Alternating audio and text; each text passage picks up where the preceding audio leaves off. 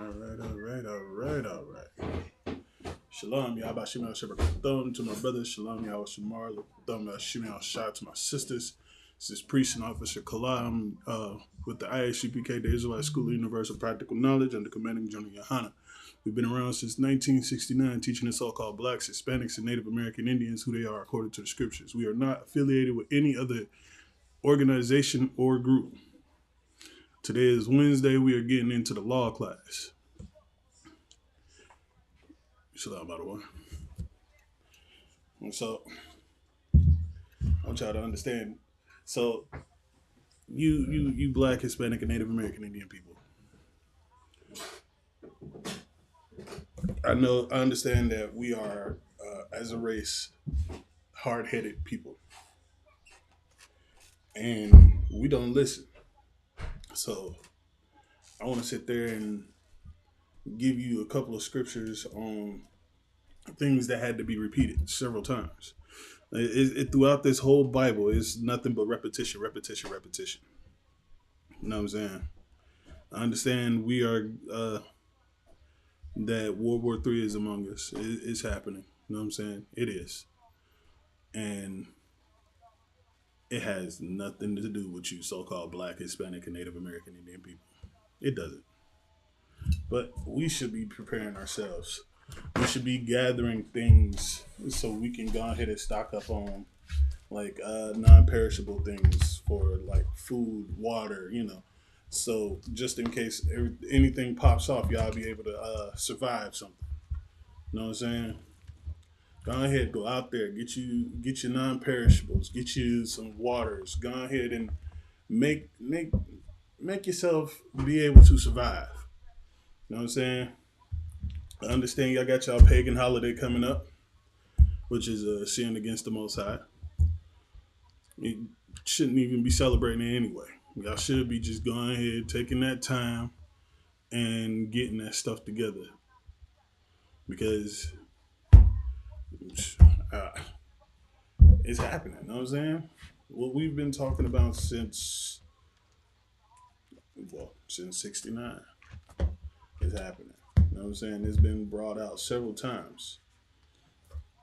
But I want y'all to understand something.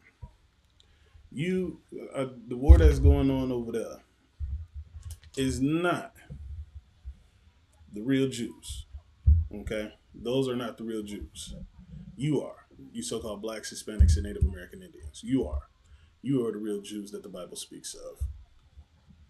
And there's 12 tribes in all.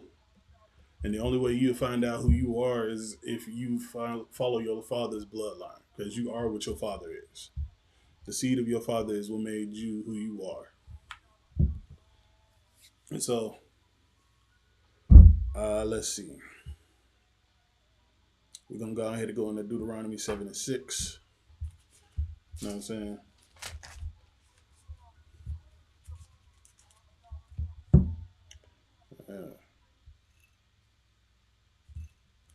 Okay, let me go ahead and turn that off. For a second, I thought I was tripping. I didn't even know I had my music playing. But yeah, so this war is upon us. The war that's going on over there is not for you. Between the Ishmaelites and the Jewish people, if you will. Those people are not you. The Jewish people are not the real Jews that the Bible speaks of. Okay. They have their war going on over there. I don't really care about it. Okay. I care about the war that the so-called blacks, Hispanics, and Native Americans are going through. We are going through. We're still under oppression. Okay. And once we realize that and start gathering together, you know what I'm saying, and start doing the work of the Most High, following His law, statutes, and commandments. You know what I'm saying? Then we won't be oppressed anymore. But until then, we do what the Most High asked of us, we are still going to stay under oppression. But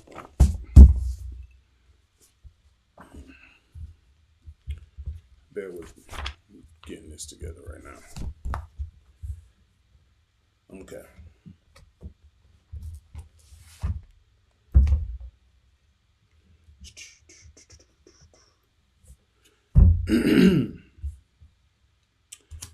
The book of Deuteronomy, chapter 7, verse 6. For thou art an holy people unto the Lord thy God. The Lord thy God has chosen thee to be a special people unto himself, above all people that are upon the face of the earth. All right. So, Black, Hispanic, and Native American Indians, that is pertaining to you. He's talking to just you people. He's not talking to anybody else. He's only talking to you. Give me 1 second.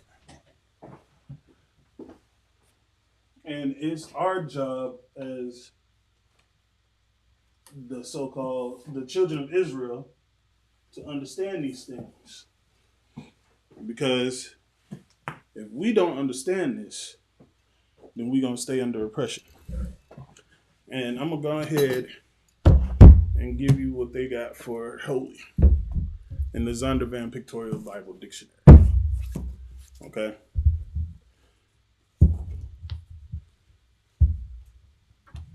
All right.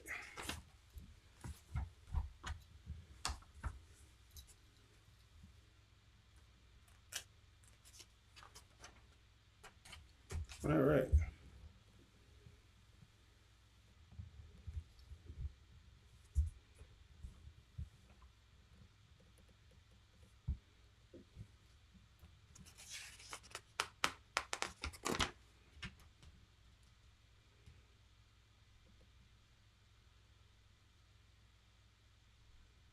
All right. Again, this is the Zondervan Pictorial Bible Dictionary. And we're reading from Deuteronomy chapter 7, verse 6, where it says, For thou art an holy people. And I'm going to give you the definition of what they have in this dictionary for holy. Okay? Slide. It says, usually translate words derived from a Hebrew root, Kodash, and Greek hag. The basic meaning of Kodash is separateness. Right there. So, for thou art a separate people. Okay. It's not the same as what the Christian churches call it. Because they believe that holy is it's crazy because I have that definition too. But they don't think holy means separate. It means like in high praise, or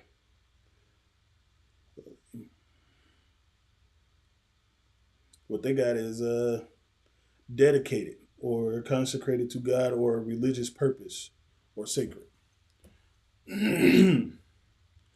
When the Pictorial Bible Dictionary says that it means separate. So I'm going to read it again. For thou art an holy people, for thou art an separate people unto the Lord thy God. The Lord thy God hath chosen thee to be a special people unto himself above all people that are upon the face of the earth. He's telling you, so-called Blacks, Hispanics, and Native Americans, that you are all special people to him. You were chosen to be separate from everybody else, to be for him, because you are who you are. You know what I'm saying? You are the best of the best. You are the salt of the earth. You are, even when you're down in the dumps, the lowest of the low, you are still shining brighter than anybody else out there. Okay? We continue to thrive. We continue to multiply. We continue to grow. You know what I'm saying? That's just because we are his holy people, his separate people, his favorite people. Just like I know you got something favorite of your own. We all do. We all have something that we favoritize over anything. You know what I'm saying? Like even in the scriptures, I have a favorite scripture that I go to all the time. Uh, it's gathered together. Zephaniah 2:1. Gather together, yea, gather together, O nation not desired. That's one of my favorite scriptures. You know what I'm saying? Why? Because it's talking about gathering together. It's one of the scriptures that brought me into the truth. It brought me here to so I can go ahead and tell you the same thing that was told to me to gather together. Why? Because that's also something that was set forth for us to do. This is a law that we have to follow is to gather together. You know what I'm saying? We are not supposed to be separate and fighting amongst each other's because that's also going against the law as well. You know what I'm saying? But you also got to understand that being a holy people that was chosen by the Most High, you got to understand that you're not the same as those that are at war right now. Okay, those are not you. Not you. They're not your people. Let them battle it out. Let them duke it out. You know what I'm saying? We have our own battles that we have to fight. One is stop killing each other. No, Slakia. Stop unaliving each other. Women stop doing.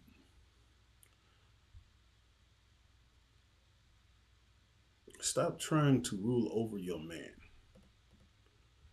Okay. Learn to be submissive to your husbands. Don't have multiple husbands. Why? Because that is breaking the law too. That is being an adulterous woman.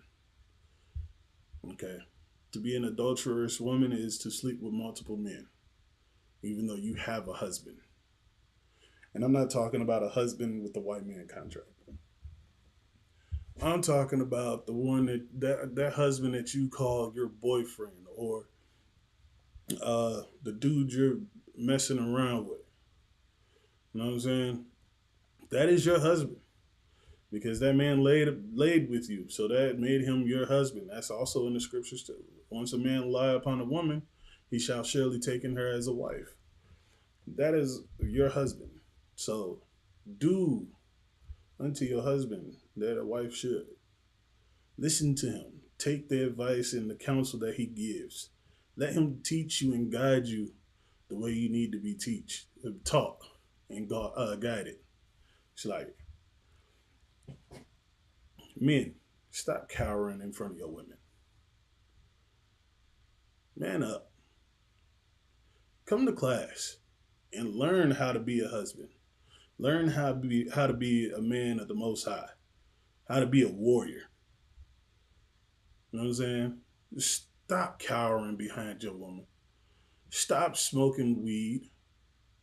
Stop abusing your sisters or the so-called black women. Stop abusing them. Stop abusing the Hispanic women. Stop abusing the Native American women.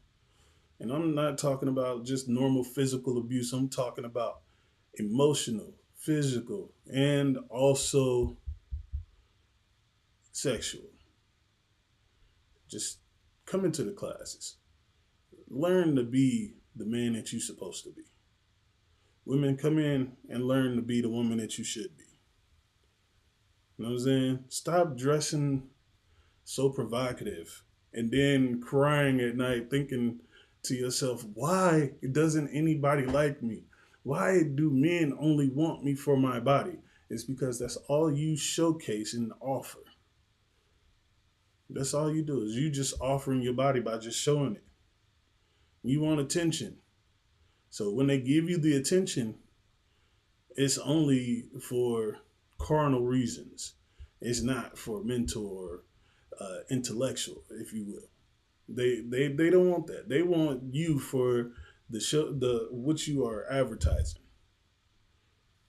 You got the attention that you wanted, but you didn't get the attention that you needed. You know what I'm saying? There's this Bible right here.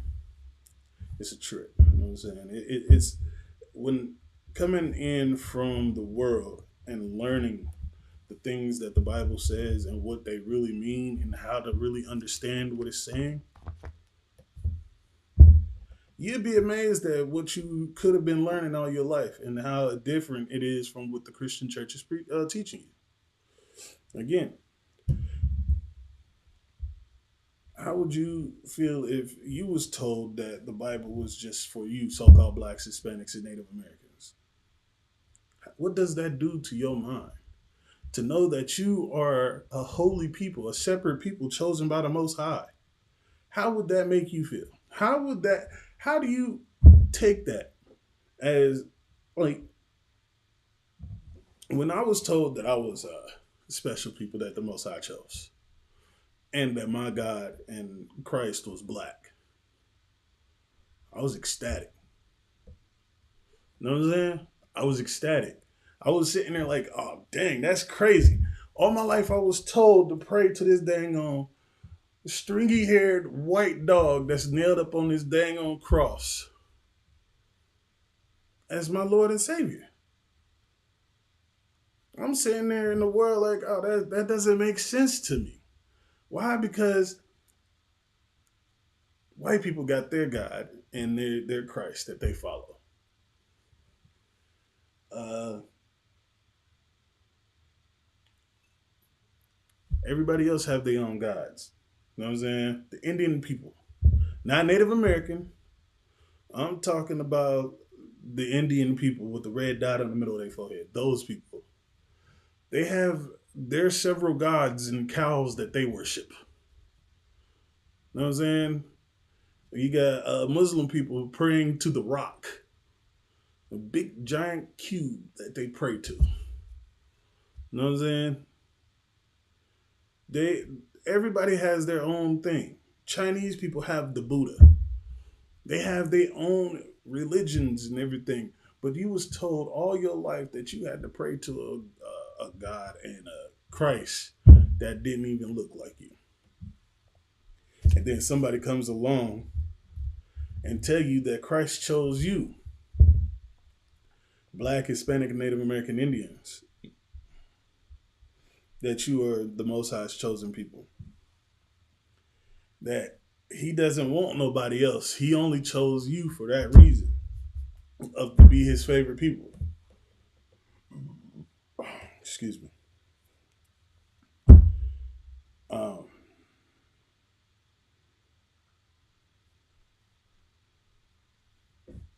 and there's a reason why. It says, and the Lord did not set his love upon you, nor choose you, because ye were more in number than any people. And so he's telling you it's not because we are a multitude that's bigger than everybody else. No, he didn't choose us for that reason. He chose us because for ye were the fewest of all people. You know what I'm saying? He didn't set his love, his law, statutes, and commandments upon you because you were greater in people in number. You wasn't a bigger number than everybody else.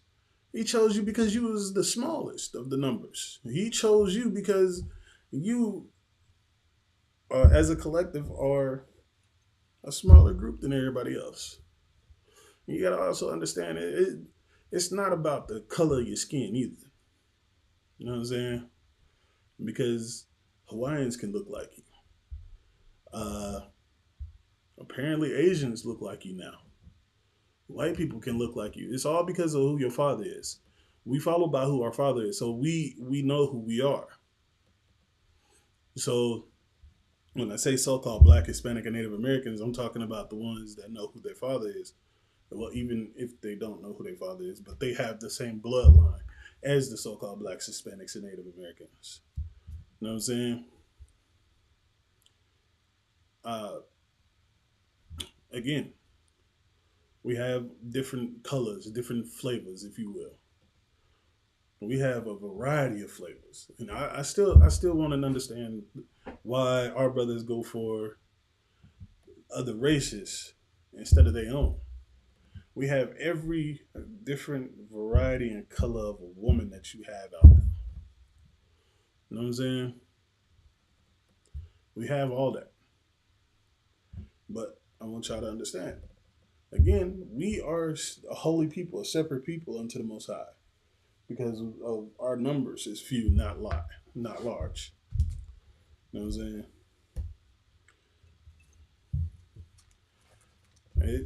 Like it amazes me, it baffles me to see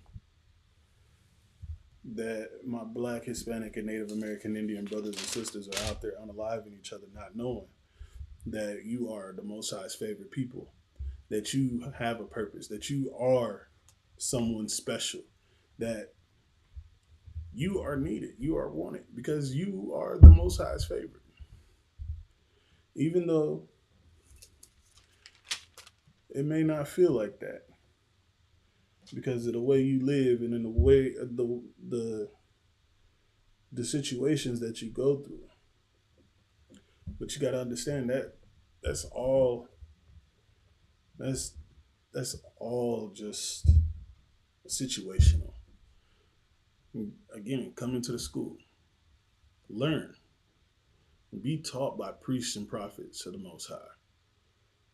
Men learn how to be men. Women stop effeminizing our men. You know what I'm saying? They need to grow up to be big, strong men. You know what I'm saying? Find you a husband so they can get raised like the men that they should be.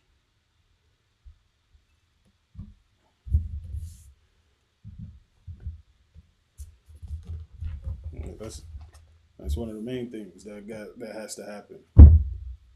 Instead of women over there telling their kids that daddy ain't crap and or there was one that baffled me. He told me that all his life his mama told him that his daddy was dead, was unalived, Salahi.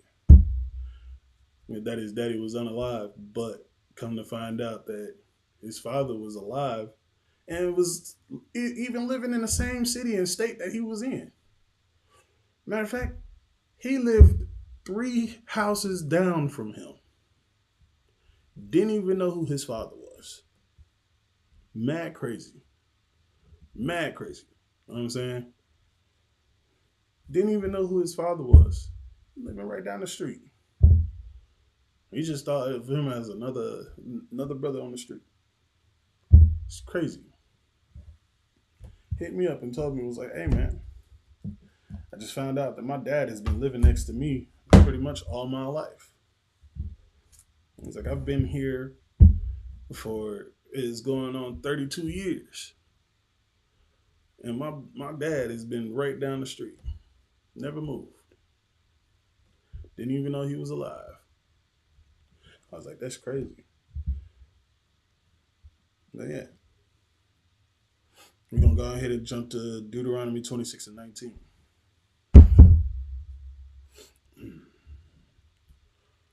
Again, this book is on reiteration and going into the explanation of what he was talking about. Okay. Deuteronomy 7 and 6 was thou art an holy people. You know what I'm saying? And this one is saying in Deuteronomy chapter 26, verse 19. Excuse me. And to make thee high above all nations which he hath made, in praise and in name and in honor, and that thou mayest be an holy people unto the Lord thy God, as he hath spoken. He's like, look, the Most High said this out of his mouth. Just for you to understand, he wants you to understand that you are above all the people upon the face of the earth. Okay? Those Jewish people and Ishmaelites are the people over there that's fighting each other. those people are not you. You are above them. You are set above those nations as well. You know what I'm saying? You are set above them. And the Most High has said, he spoke and said that you are his favorite people. It is what it is. You can't refute that. He said it out of his mouth. Like, hey, look, well, you so-called blacks, Hispanics, and Native Americans are my people. I've set you above all the people upon the face of the earth. I've set you above all the nations that I've made. You know what I'm saying? You got to understand.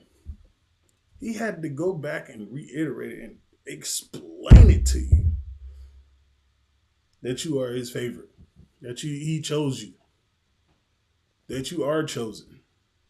You've been spoken for. While they sitting there battling for the power over you so-called blacks, Hispanics, and Native Americans, they don't have a right to. Why? Because the Most High has already claimed you. And you are supposed to be above them. That's fighting to to own you when they don't have no ownership over you. You know what I'm saying? They don't have nothing over you. All you have to do is just come and learn from the priests and prophets. It don't even have to be in class. Go out there and you look for Isupk street speaking. Or you listen to us online. We have online classes, we have physical classes, and we also go out and speak on the streets. You know what I'm saying? We get together and we go out and teach any way we know how. We get out there on that block and we cry aloud. You know what I'm saying? And we spare not. It I want that that's something that is glorious to see.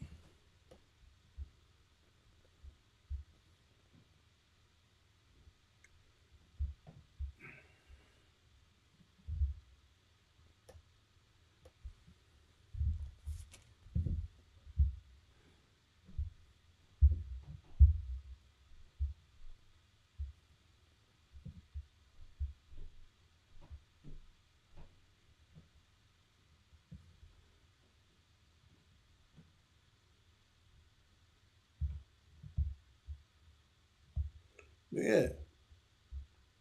Like I said, we go out every Saturday. Every Saturday. We go out after Sabbath service and we speak on the streets. You know what I'm saying? We go out there on that block and we perform Isaiah 58 and 1. And that says, the book of Isaiah, chapter 58, verse 1. Cry aloud, spare not, lift up thy voice like a trumpet. And we go out there every Sabbath and we cry aloud. You hear us down the block. You hear us inside the stores. Heck, you hear us inside of your homes when we go out and teach. When we go out and speak on the streets and teach and show our blacks, Hispanics, and Native Americans their transgressions, you hear us. Why? Because we cry aloud and we spare not no one. You know what I'm saying? And shew my people their transgression, and the house of Jacob their sins.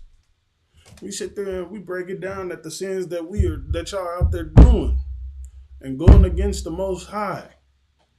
We trying to show you so you can learn so you can learn from it and better yourself.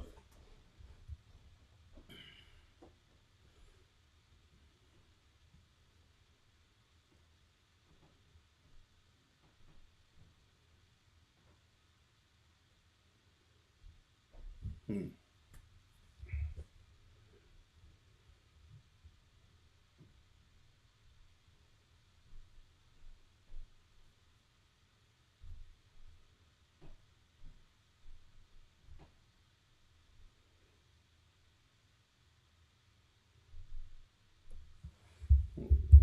Yeah. Go out there. We show y'all the sins that y'all do. Out there smoking weed, unaliving your brother, making your sisters into prostitutes. You know what I'm saying? Celebrating pagan holidays, eating pork, shrimp, crab, and lobster. We go out there and we tell you that it's wrong. We make sure you understand that the sins that you are committing are sins. So you can learn from it. So you won't be dead anymore. So you will be alive. We're trying to breathe life into you, so-called blacks, Hispanics, and Native American Indians. Again, we go out. We cry aloud. We spare not. It doesn't matter what anybody out there is doing. We will sit there and cry aloud.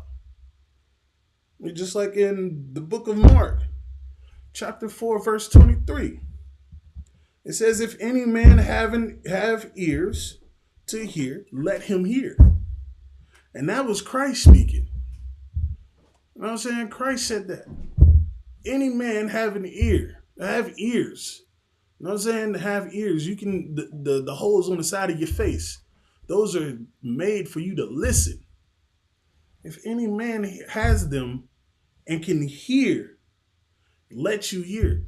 We are crying aloud, sparing not. We out there doing this every Saturday. And then we turn around, we have classes all throughout the week. Free classes, might I add. They're all free classes. You go ahead and come to class. You get the knowledge that you need. You get the breath of life breathed, or I don't even know how you would pronounce that. Breathed into you, or breathed into you. Breathe. The breath of life blown into you. Pause. The breath of life. The scriptures to keep you alive, to make you go from being dead to being alive again.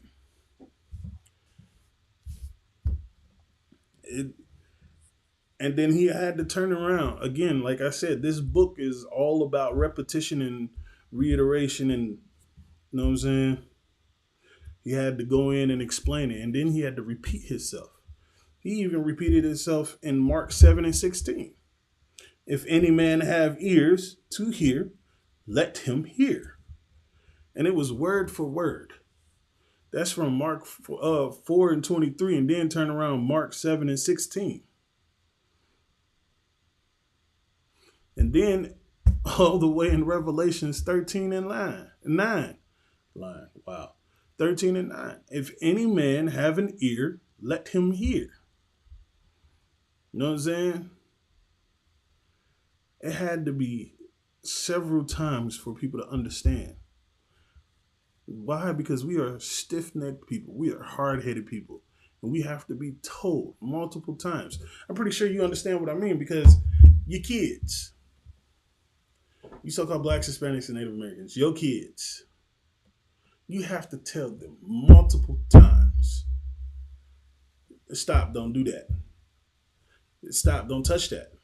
That's not yours, don't touch that. What are you doing? Stop that.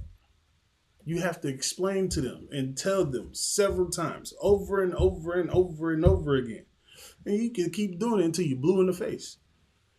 You have to explain it multiple times for them to understand that, hey, we're not supposed to be doing what we're doing.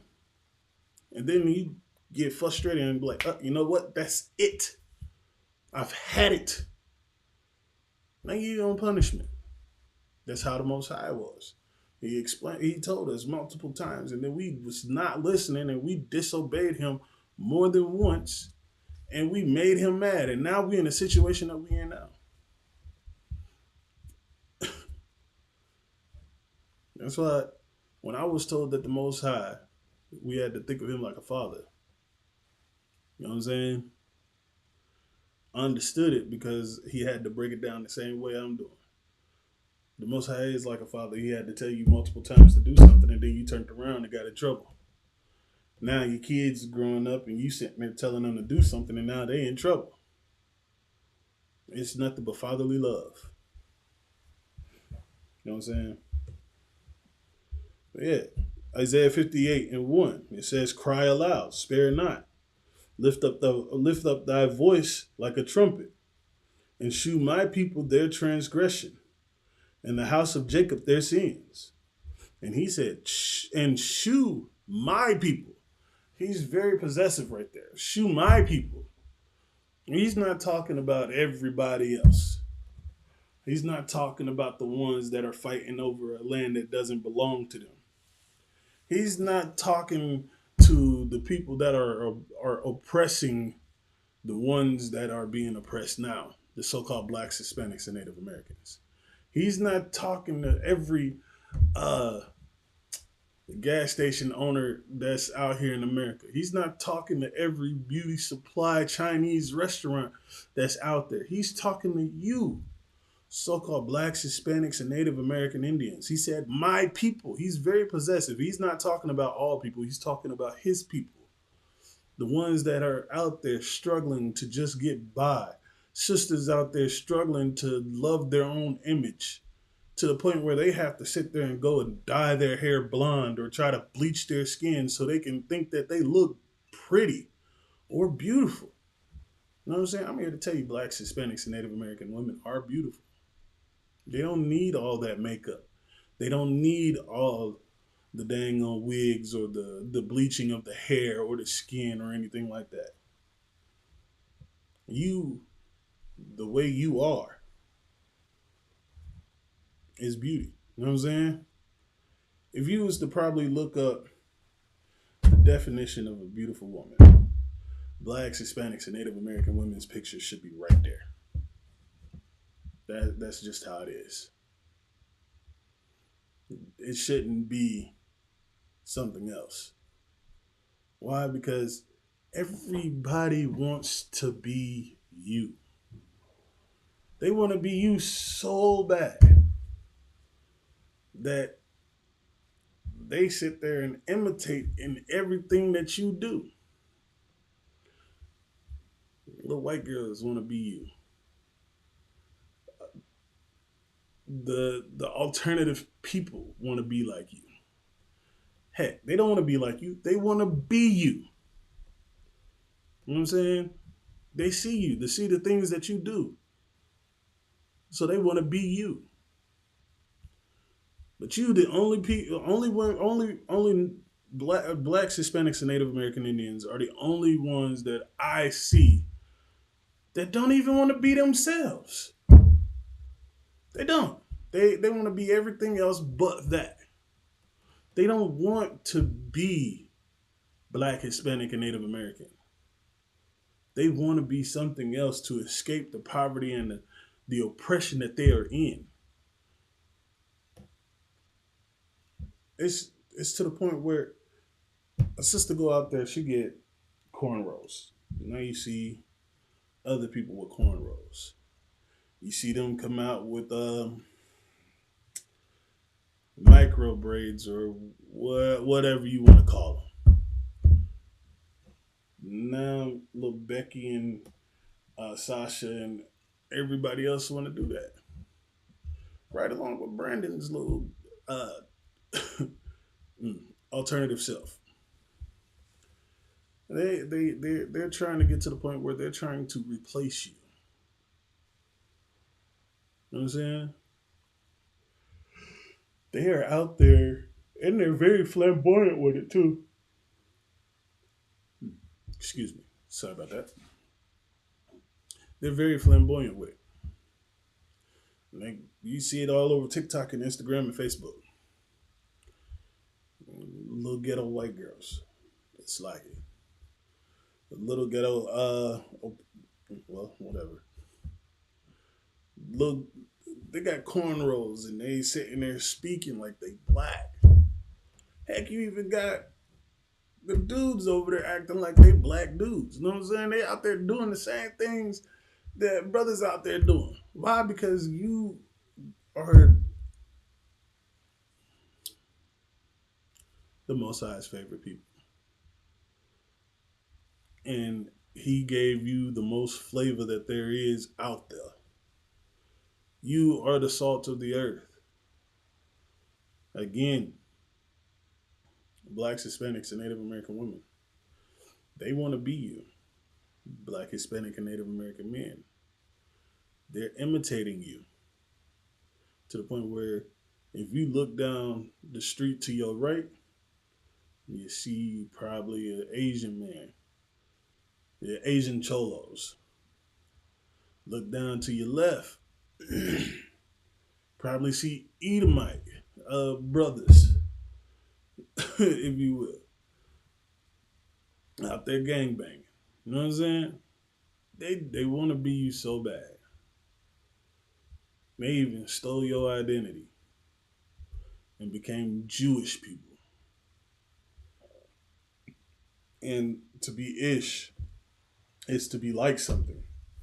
It is not what it is.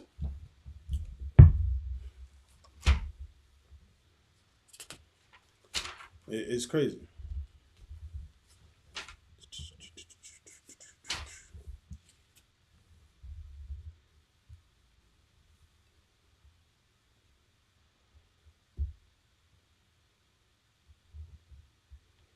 Hmm.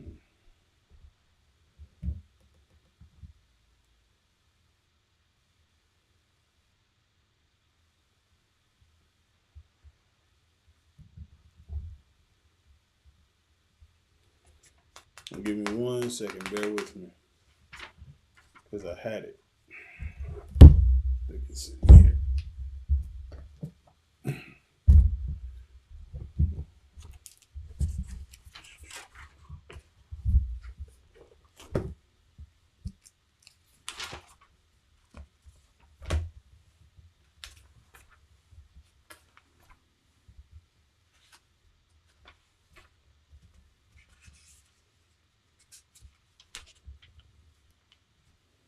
Mhm.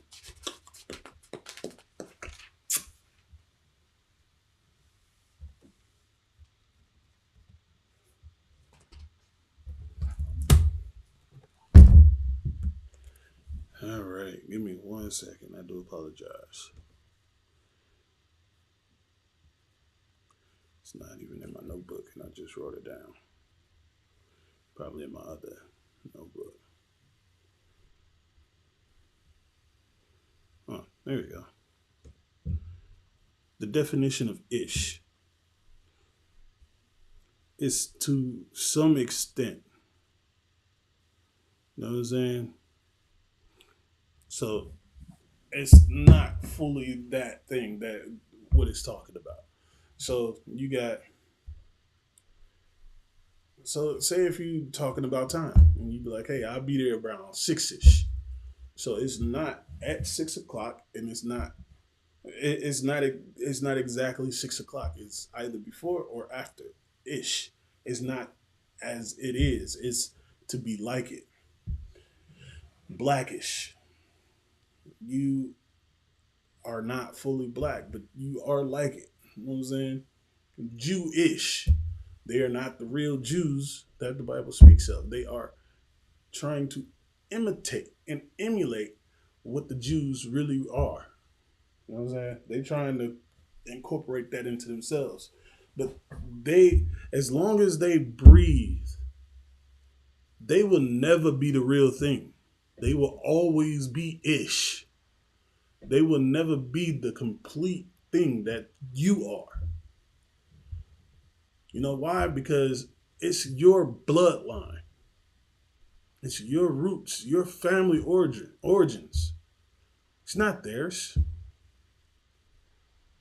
Because the Jews, the real Jews, the speaking of Jews, Jew is just short for Judah.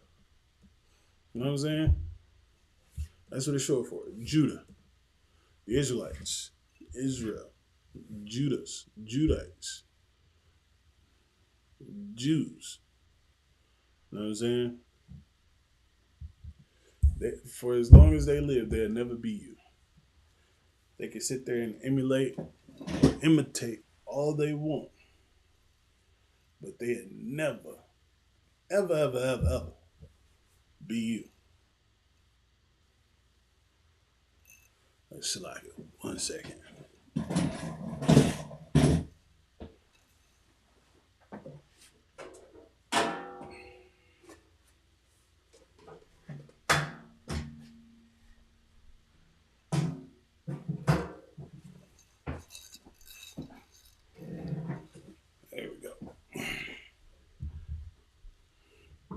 They'll never be you. They won't. They can try all they want, try as they might, but they can't. And why are we doing that?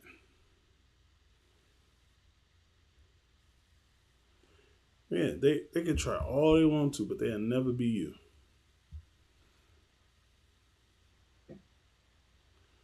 And it's funny to see it because they get to the point where they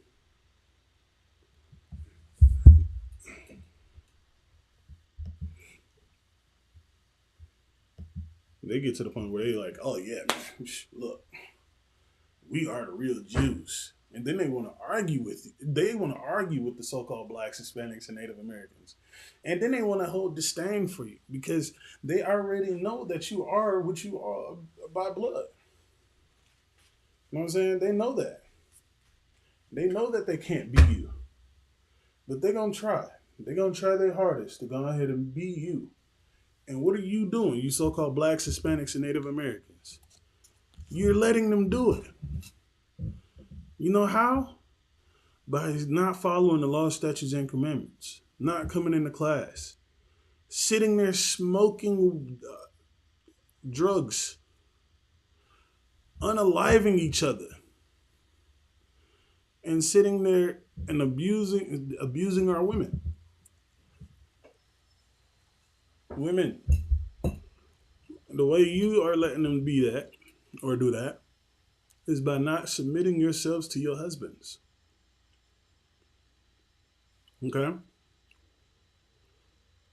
And you want to rule over your husband when you can't. You shouldn't. It's not even in your DNA.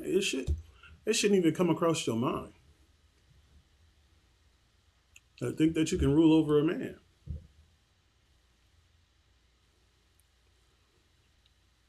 And stop trying to sit there and control your man by controlling the kids. Because technically they ain't yours. They his. You just the carrier of life. You know what I'm saying? The men are the bringers of life. You know what I'm saying? The seed of life is what was implanted in you for you to carry and nurture the life that he gave you. Again, he gave it to you. Stop doing the abortion, sisters. Because that's not your right either. Unaliving your child that you laid down to have is wrong. And it also goes against the laws.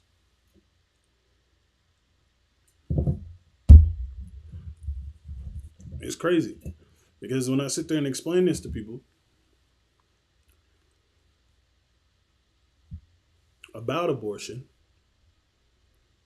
or unaliving children, they don't want to believe it.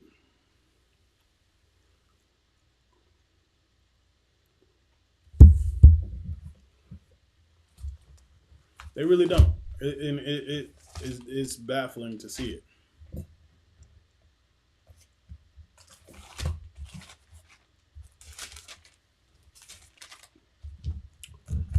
You sit there and you lay down with that man to have that baby. I know sometimes it's not the case, and I understand that you didn't want that to happen and you were abused. That baby, that life that was put into you, it wasn't his fault. It wasn't her fault. You know what I'm saying?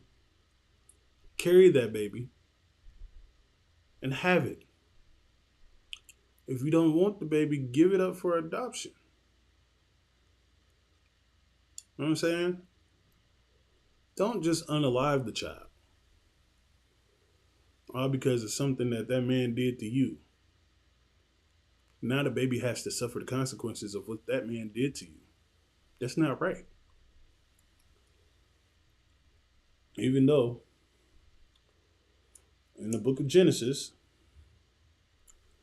in chapter 1, verse 28. Again, this is the first book of the Bible.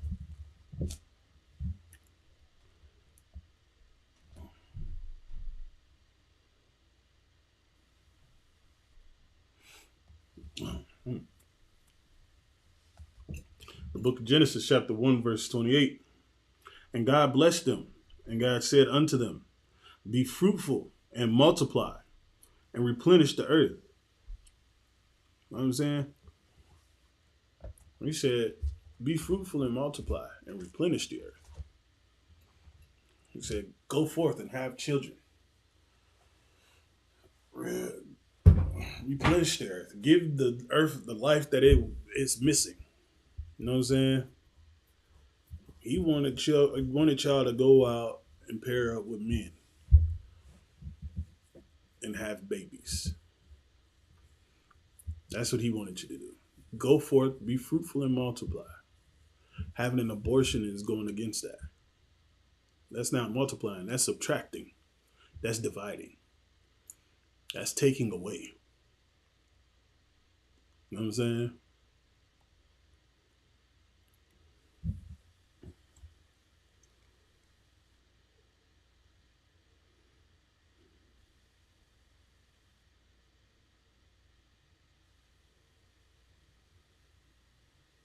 It's like it.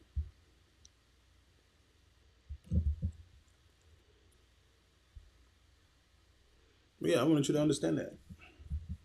Don't the abortion thing is going against the Most High. That's going against one of the first things that He said to do in the book of Genesis. Go forth, be fruitful, and multiply. Having abortions, unaliving your children before they even, well, as soon as they have a heartbeat, their children, their life. It's crazy. But we was in Deuteronomy 26 and 19 before I got all lost off track. And it says, and to make thee high above all nations which he hath made. And he said, I'm going to make you. Just like I told you in Deuteronomy 7 and 6. You are a holy people, and I've chosen you. I'm going to put you above all the people upon the face of the earth. Why? Because I chose you. You are the people that I chose.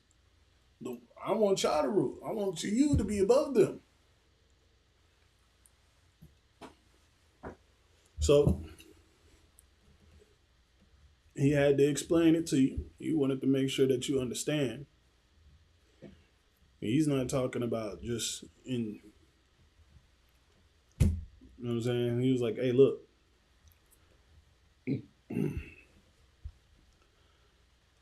In name and in honor. It's like it. Which he hath made in praise and in name and in honor. And that thou mayest be an holy people unto the Lord thy God. He wanted you to be the separatist people of the world. He wanted you not to be commingling with other races. He wanted you to be separate. And he said,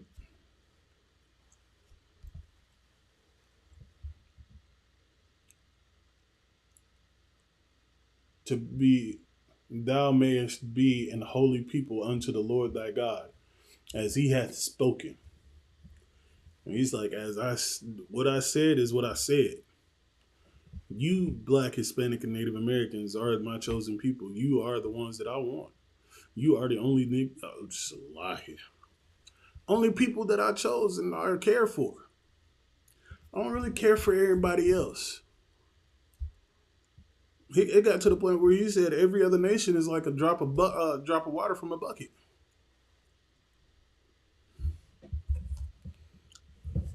Y'all, you should understand that. It's crazy though, because you sit there and you don't believe what the Blacks, Hispanics, and Native American teaching you in the ISUPK. You run from it. You're scared. and then you try to sit there and fight back, like that's gonna make a difference. You fight back like you like that's gonna change the fact that you are his chosen people. I want you to understand. I want you to get it through your head and understand that the Most High came and told you. Well, he told the so-called blacks, Hispanics, and Native Americans that y'all are special people. Y'all are a holy people unto himself. You know what I'm saying? I'm pretty sure you was told when you came in that you was a special people, and that made you happy. It made you giddy inside. It made you sit there and be like, oh snap, man, good night. I am the best of the best. It made you feel that way. Set up above everybody else.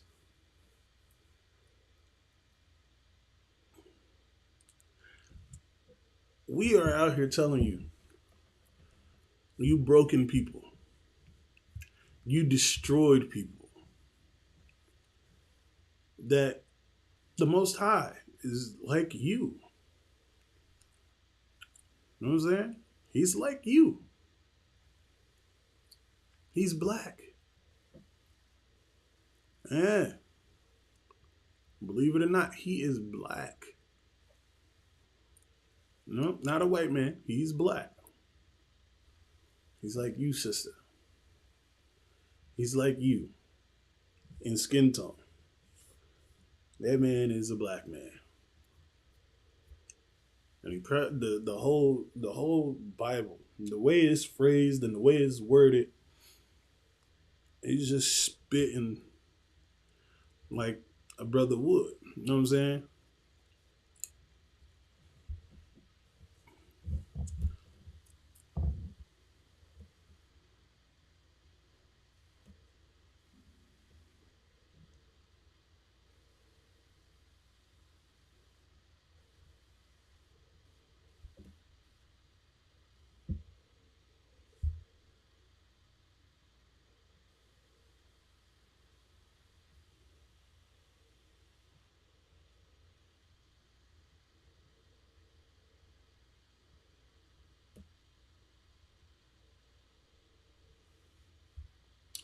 Bear with me 1 second.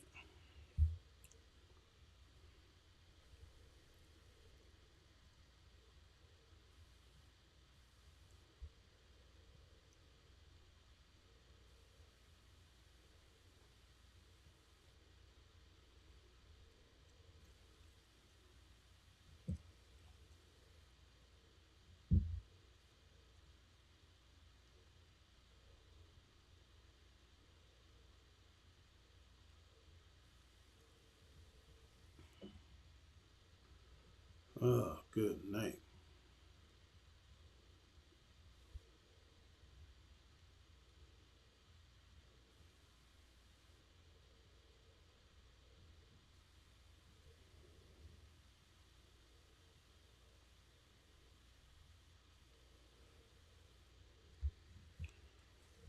I'm gonna go ahead and it's the book of Isaiah,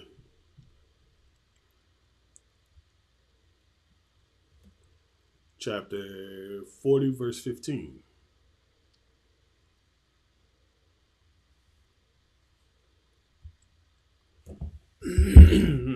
But yeah,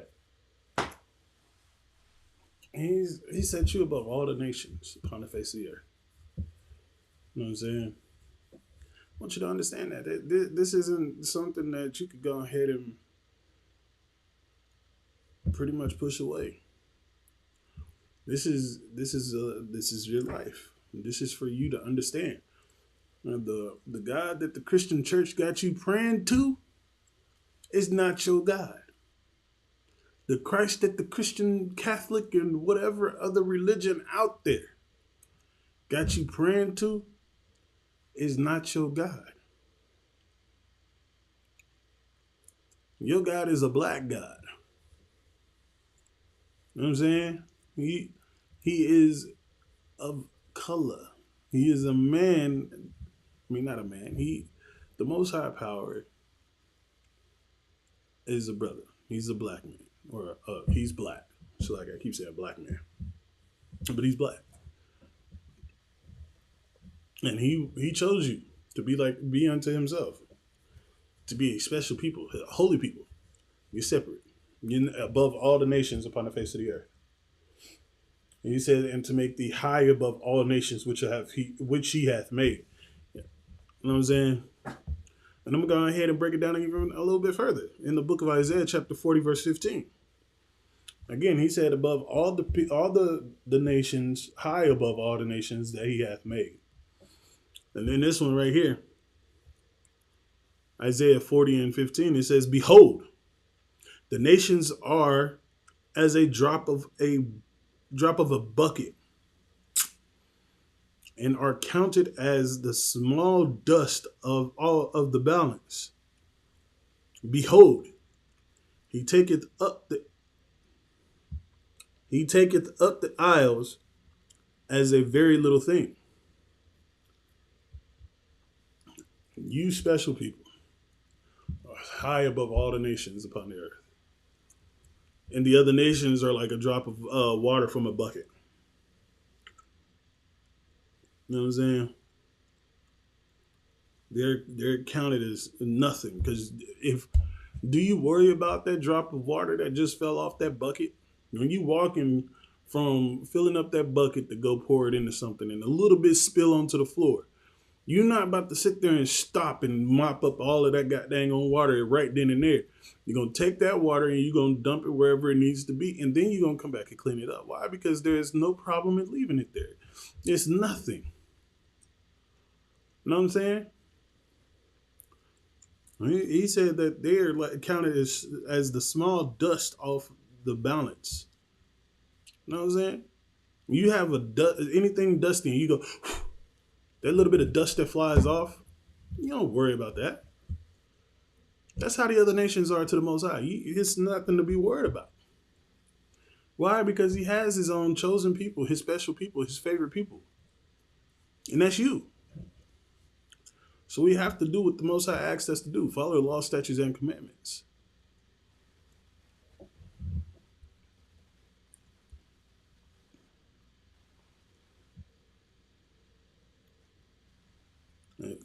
Like,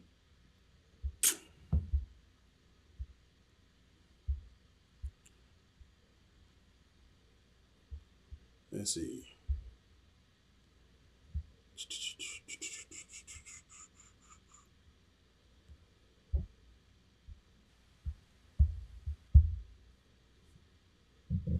But yeah,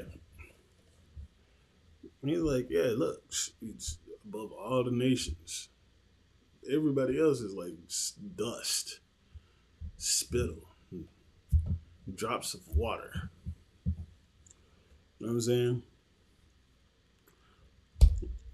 The book of 2 Samuel, chapter 7, verse 23. And what one nation in the earth is like thy people? What other nation out there is like you? So-called blacks, Hispanics, and Native Americans. What other nation out there is like you? Even like Israel. Again, he's just reiterating. Even like Israel, the Israelites. Can you find anybody better than you? Can anybody find anybody better than the so-called blacks, Hispanics, and Native American Indians? The Israelites that the Most High chose as his holy people. Is there? By a show of hands? Is there anybody out there? No. Okay. Whom God went to redeem for a people to himself. There it is again. For thou art an holy people. The Lord thy God hath chosen thee to be a special people unto himself,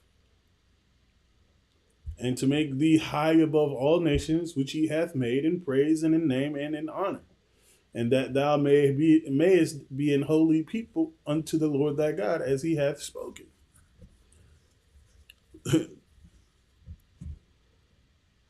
Like, look, and to make him a name, and to do for you great things and terrible, for thy land, before thy people, which thou redeemest to thee from Egypt, from the nations and their gods. Like I said, everybody has their own religion and their own gods that they pray to. The Most High saved you, so called blacks, Hispanics, and Native American Indians, from doing that. Why? Because He's only Him. And you should only pray for and praise Him. But this scripture right here is just, again, hyping up Israel, the Israelites. Just like Deuteronomy 26 and 19. Deuteronomy 7 and 6. They giving the praise and the hype to the dang on blacks, Hispanics, and Native Americans. Why? Because you are the Most High's favorite people that He hath chosen to be for Himself.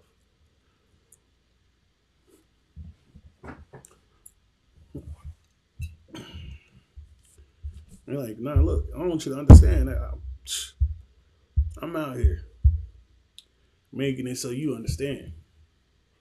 You special, and I want you to be special. You've been special for a long time. And it's not because you small in number. It's because you the fewest of the few.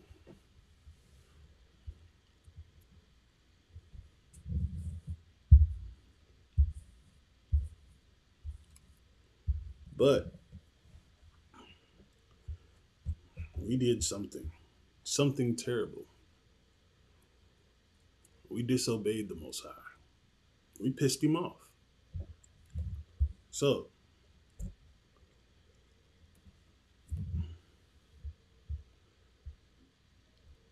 I'm going to tell you what happened. He's out there praying to false idols.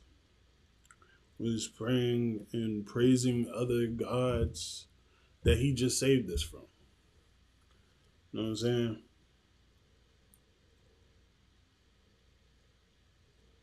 So, what happened was Jeremiah 17 and 4. And thou, even thyself, shalt discontinue from thine heritage that I gave thee. He discontinued you from your heritage. He cut you out like, nope, no more.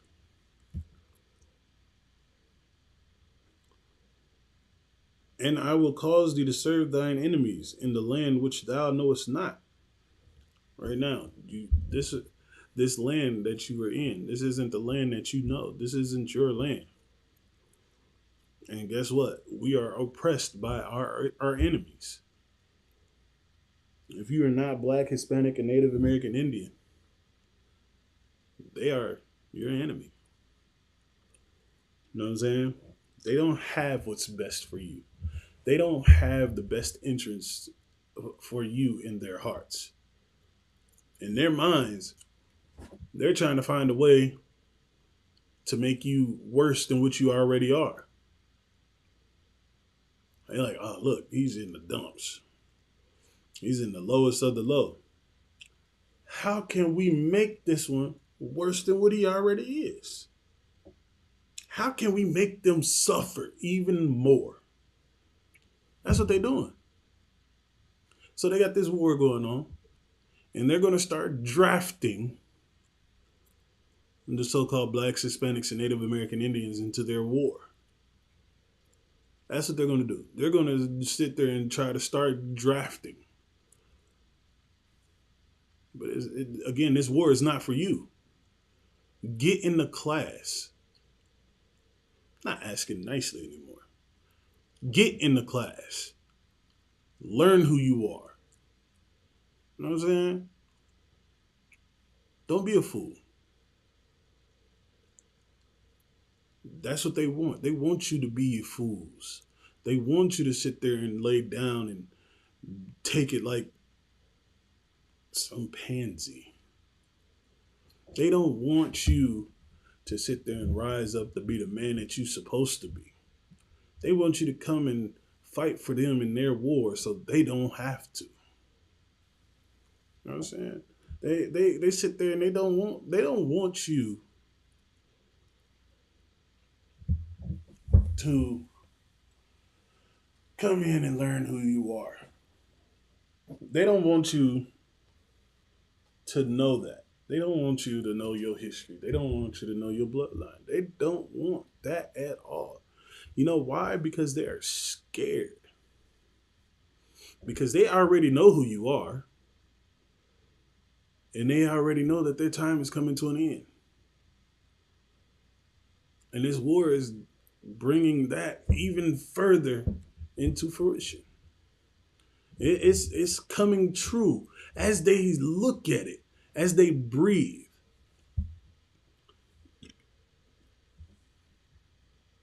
We've been talking about the World War III coming for a long time. And that's what's going on. And it's got them shook.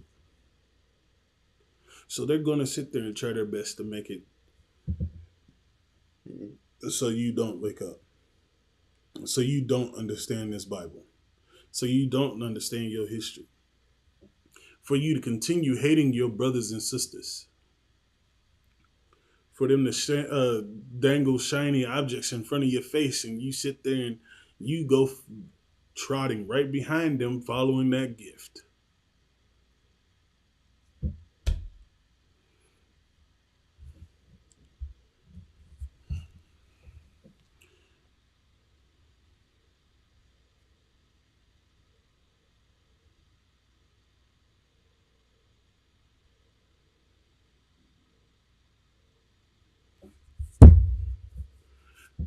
Let me tell you like this. I see it every day. These so-called blacks, Hispanics, and Native American Indians. I see it. You're suffering. You know what I'm saying? I've seen brothers and sisters, homeless brothers and sisters out there going crazy. You know what I'm saying? I seen a brother sitting there on the bus today talking to himself. And he got into a whole full argument. Like he was about to get up and start fighting. They got to the point where they had security get on the bus just so they can watch this man. Because he was getting upset. He was already, like he got on the bus, he was already like a little irritated. You could tell he was irritated. He sat down. Then he started talking and then he started arguing. And most people were sitting there like, is he on the phone or something? Nah, the man ain't had no phone. Just arguing. And security got on the bus and they sat there and they watched this man.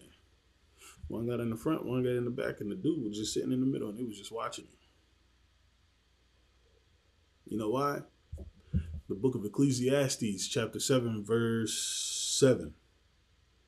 Surely oppression, so-called blacks, Hispanics, and Native American Indians, and the man that was sitting on the bus. Oppression. You are oppressed by the so-called pale-faced people. The pale-faced demons, devils, if you will. The so-called, the pale-faced devils, okay? They are oppressing the so-called blacks, Hispanics, and Native Americans. That man on the bus, he was suffering from oppression. Surely oppression maketh a wise man mad. And it's not mad as in anger. It's not mad as in an attitude. It's mad as insanity. Your mind is messed up. You know what I'm saying? Now, that man he's sitting there, he's messed up in the head. He's going crazy. They got this war going on. They about to dangle these shiny new keys in front of your face. Shiny new gifts. You know what I'm saying? And they want you to come fight for them. And once you get over there and you see the things that they do, the corruption that they do, it makes you go insane. I know this because my uncle went insane because of the dang on stuff that they did to him in the military. You know what I'm saying? That man can't even take a proper shower. He can't even have a ceiling fan in his house because it all reminds him of the war that they put him through, the training that they put him through. Man told me he wasn't even supposed to tell me, but I knew things. The training that he had to go through, them torturing and breaking him and letting him repair and then breaking him again over and over and over again. It destroyed him. It made him mad. His oppressors, the so-called, I'm not even going to say the so-called, the pale-faced people, them pale-faced devils, made him go insane. Man couldn't even sit there and enjoy a fan. He'd go into one of those modes where he think he's back at the war. And you know what made him join? Was that shiny new car. Yeah. It was like, yeah, we got some good health care, and you can go ahead, once you sign up, you get this brand new car over here. Now he's messed up in the head. Surely oppression maketh a wise man mad, and a gift destroyeth the heart. In this sense, the heart is your mind. You know what I'm saying? That gift that they promising you is nothing but something to torture you mentally. Yeah, you came in. You even see it on TikTok and Instagram and everything. And be like, why did you join the army? I was supposed to get a Corvette. I was supposed to be getting the new Camaro. You know what I'm saying? The gift that they were supposed to receive, they never really received it. Why? Because they had ended up in the army paying it off. Now they all messed up. They don't even want to be there.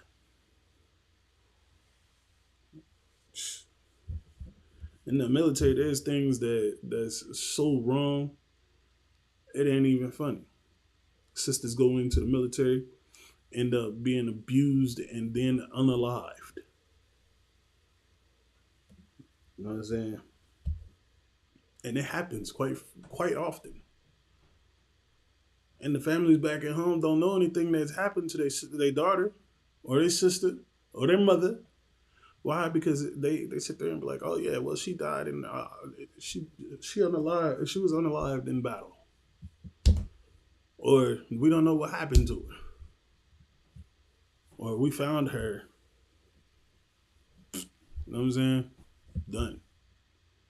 All types of stuff. They can go ahead and make up anything they want to, and they're gonna believe it because they don't know what's going on over there. They don't know what happened. But I'm telling you that the doing the white man's military, sisters, you shouldn't be doing that anyway. You should be at home with the children, raising them up so they can be warriors themselves, and raising your daughters to be the wives that the husbands need. Being safe under your head of household, under your shield. Your man is your head of household. He is your protector. He is your shield. And he can't do that if you are sitting there trying to be the head of household, trying to rule over him. He's not going to be able to protect you. Yeah, I understand y'all be sitting there. I'm a strong, independent black woman, where I'm strong and independent and I don't need no man. I'm here to tell you this, sis. You do. But you know what? If that's how you want to live it, I can only tell you that you're doing wrong. And take that with you as you will. But I'm here to tell you, for you to go ahead and be the woman, be alive and be safe, you need your husband to protect you. And you shouldn't be raising your men up to be like you. You should be raising your men children to be like their fathers. to be strong men. Don't effeminize them. Don't make them into sissies. That it's like don't make them soft. You know what I'm saying? If you don't want the kids, give them to their father. If you don't want to raise the children, give them to their father. But I want you to understand, for us to go ahead and be what the Most High want us to be, and to stop being going mad because of what's going on, the oppression, start following the law, statutes, and commandments.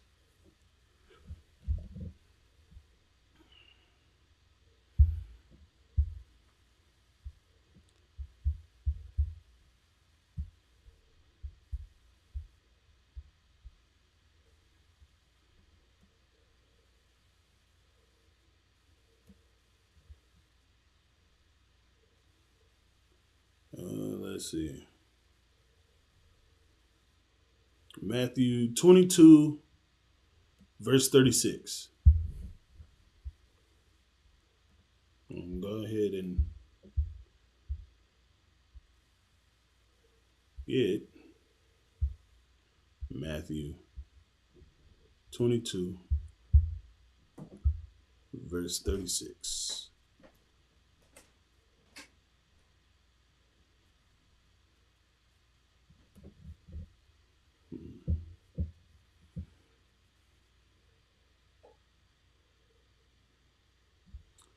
All right, so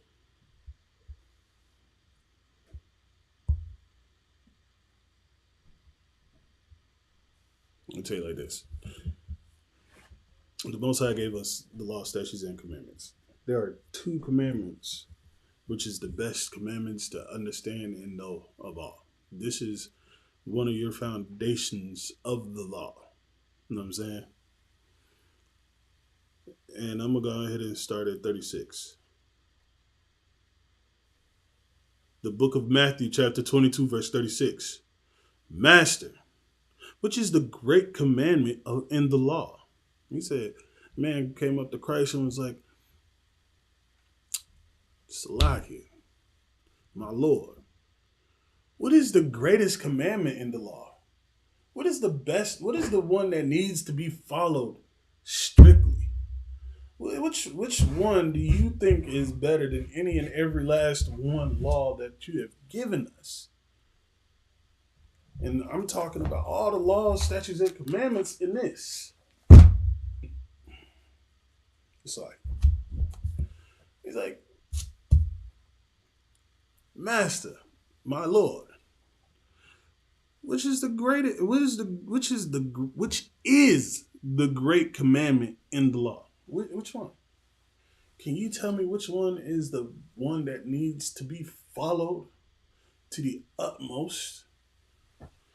And Yahushua said unto him, Thou shalt love the Lord thy God with all thy heart, and with all thy soul, and with all thy mind. So with every fiber of your being, everything that makes you you. You know what I'm saying? You should love the Lord thy God with all thy heart. You know what I'm saying? And I'm not talking about like the Christian church be telling you. You know what I'm saying?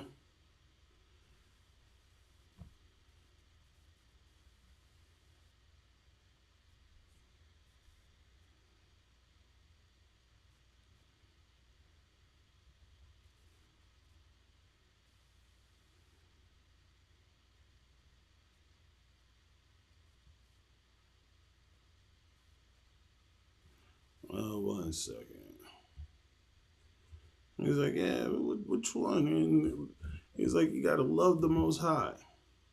Christian church tells you love is a feeling.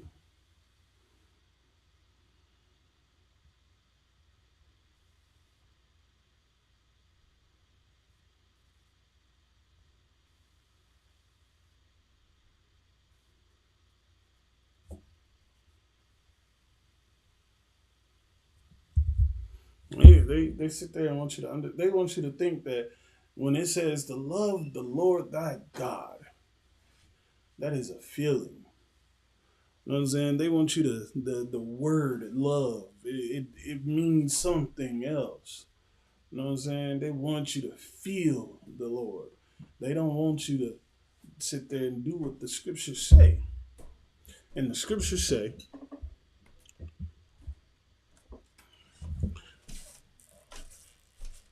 thou shalt love the Lord thy God with all thy heart and with all thy soul and with all thy mind.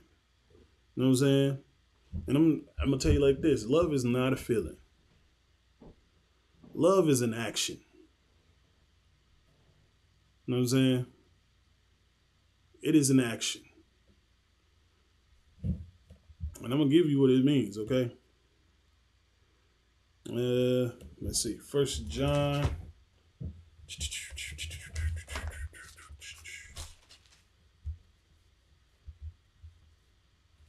17:79.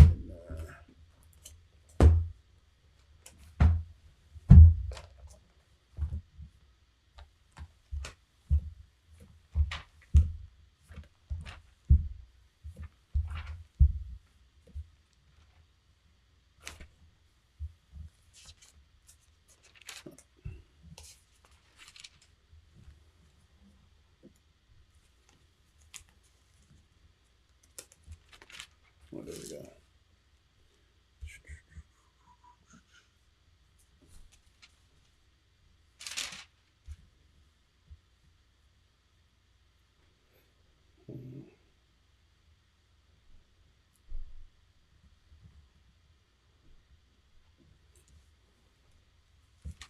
It's like, bear with me. Oh, there we go. Again, it says, thou shalt love the Lord thy God with all thy heart. You know what I'm saying? So we're gonna go ahead and get First John chapter 3, verse 18. Okay. My little children. Again, he said, my little children. You so-called blacks, Hispanics, and Native Americans. The Israelites. You know what I'm saying? My little children. Let us not love in word, like the Christian church be saying. Love is a feeling. If you love the Lord, he would spare you from everything. If you just praise him, if you love the Lord is a forgiving. He's here for everybody. He's coming back with rainbows and flowers. Only if you love the Lord. Again, they trying to get you to sit there and think of it as a feeling, as something that can be felt. But it right here in the book of First John chapter 3, verse 18, it says, my little children, let us not love in word, neither in tongue. So don't just say, I love the Most High. Yes, I love him and he knows my heart, is what they say in the Christian church. Not in tongue, not in word, but in deed and in truth. And it's indeed. So deed is an action, the things that you do. And let it be truthful. Don't let it be just something that you half-heartedly wanted to do. Because again, in the book of Matthew, chapter 22, verse 37, it says, Yahweh said unto him, thou shalt love the Lord thy God with all thy heart. First John 3 and 18. My little children, let us not love in word, neither in tongue, but in deed and in truth. So he's saying, do the word, like love the Most High in all your being. Do the things that is required. You know what I'm saying?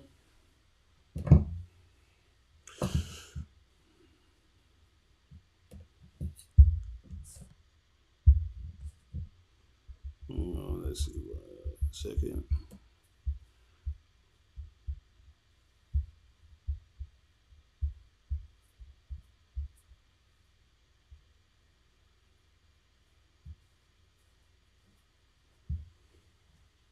Oh, right, there we go.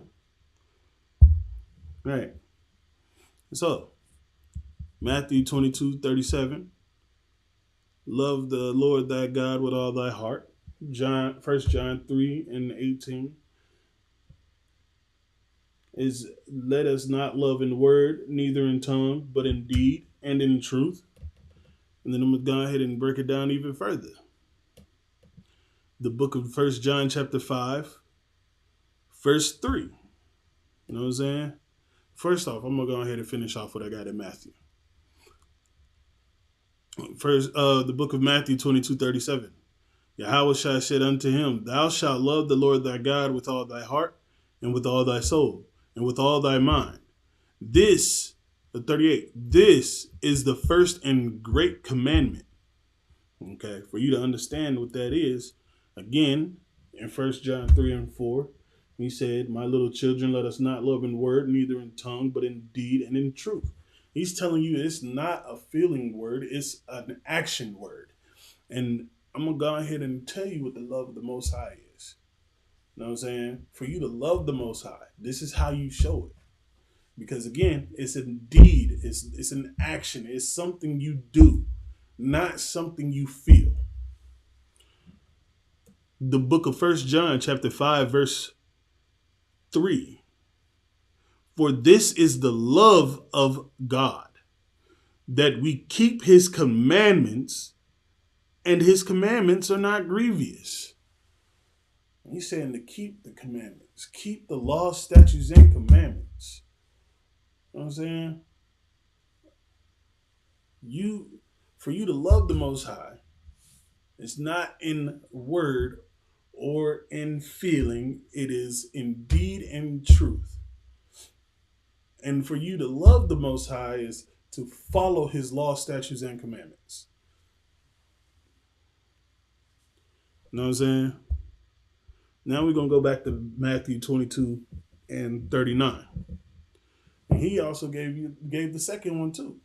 Besides the first one that the man asked for. What is the greatest, which is the great commandment in the law. The second one, this is what he gave you.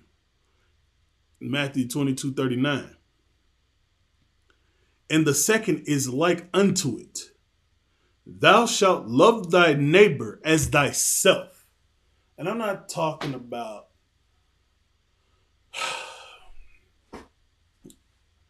going out and loving your neighbor physically.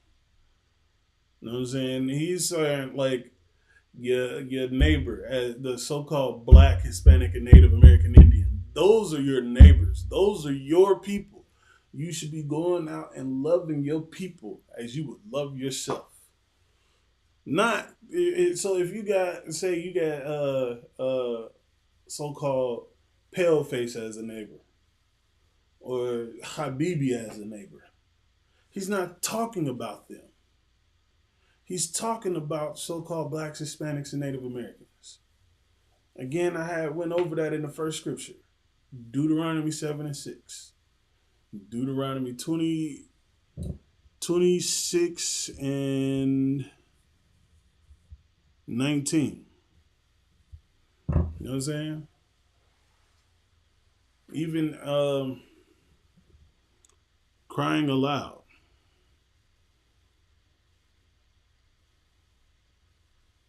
He said, "Chew my people." Again, he's very possessive on the things that when he's talking about the so-called Blacks, Hispanics, and Native Americans. Chew my people, their transgressions and sins. And the transgression is against the law is to sin. Sin is a transgression of law. If you don't know what transgression is, I can get that definition for you.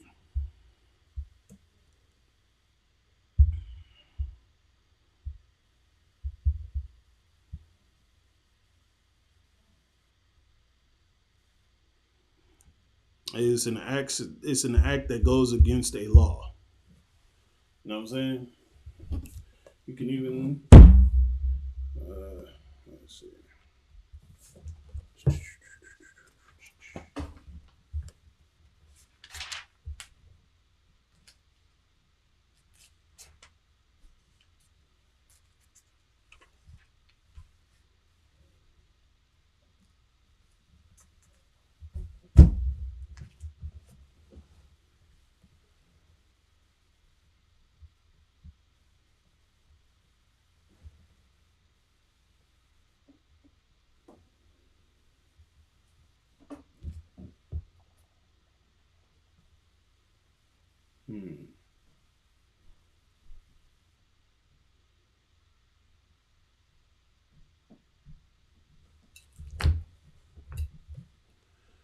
1 second.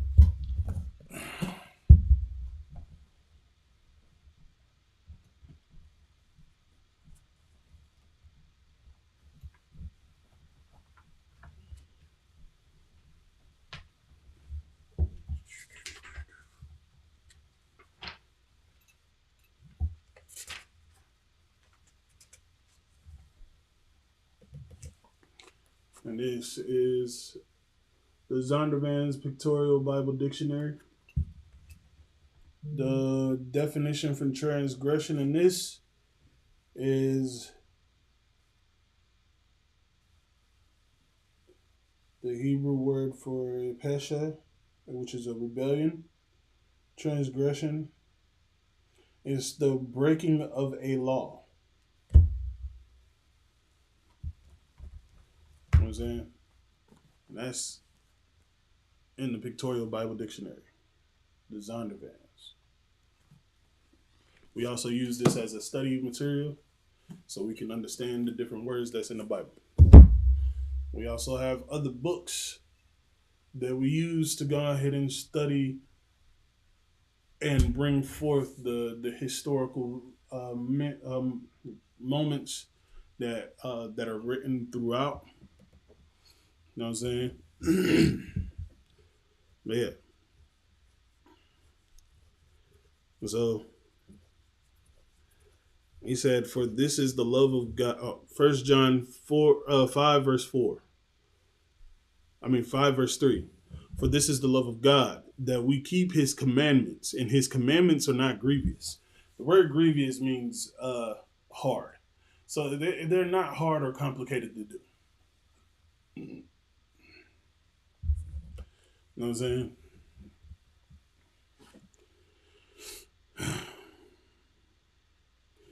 And we're back to Matthew 22, verse 39.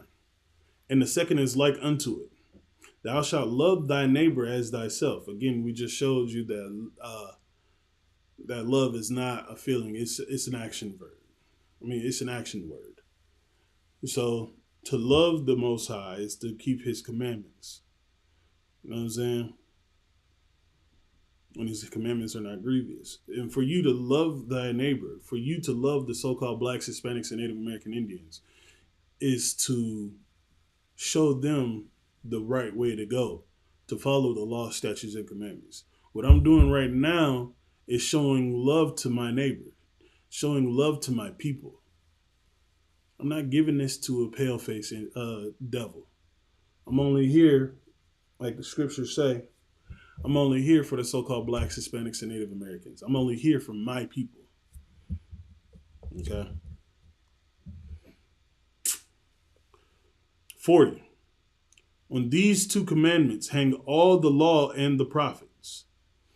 Just these two commandments alone is what you should be following, what you should be living by, what you should be doing as a people, as a nation.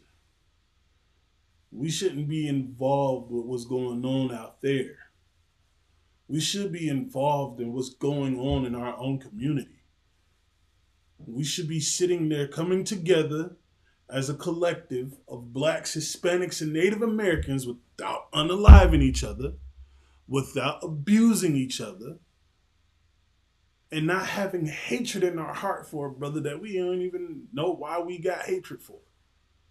Probably because he's wearing blue and you favor the color red or something else. You know what I'm saying? We shouldn't be sitting there worried about all of that. We should be sitting there coming together as a nation and coming and becoming the nation that the Most High wants us to be. So we can get up out of this hellhole.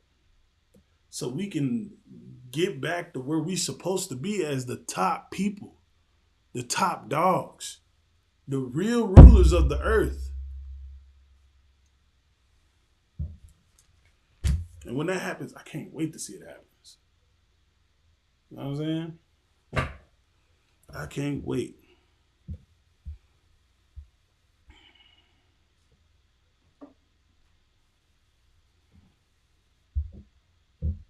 I'm gonna tell you, this is crazy, because we already know that the first two commandments is to love the Most High with all of thy being, soul and mind and heart. And the second is just like that one, to love thy neighbor as thyself. You know what I'm saying? It went into the fact that it had to tell us not to kill each other, not to hate each other. You know what I'm saying? Because hating your brother is the equivalent of killing your brother. You know what I'm saying? And so we can go ahead and get the book of Exodus, chapter 20 and 13.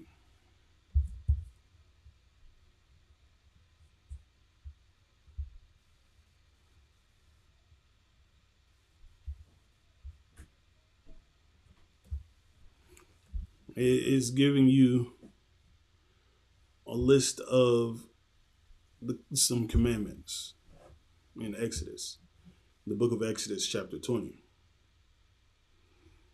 And so we can start at 12. The book of Exodus, chapter 20, and verse 12. Honor thy father and thy mother, and that thy days may be long upon the land which the Lord thy God giveth thee. To honor thy father and thy mother. Again, it goes in order because there is an order to everything. So the man is the head of every woman and every child. So the man, then women, then children. And above man is Christ, and then above Christ is the Most High. Okay? So it goes the Most High power, Yahweh Shai, man, women, and therein. Okay? So this scripture right here in the book of Exodus, chapter 20 and 12, is to honor thy father and thy mother, not just one or the other. You know what I'm saying? That's another thing for women to understand.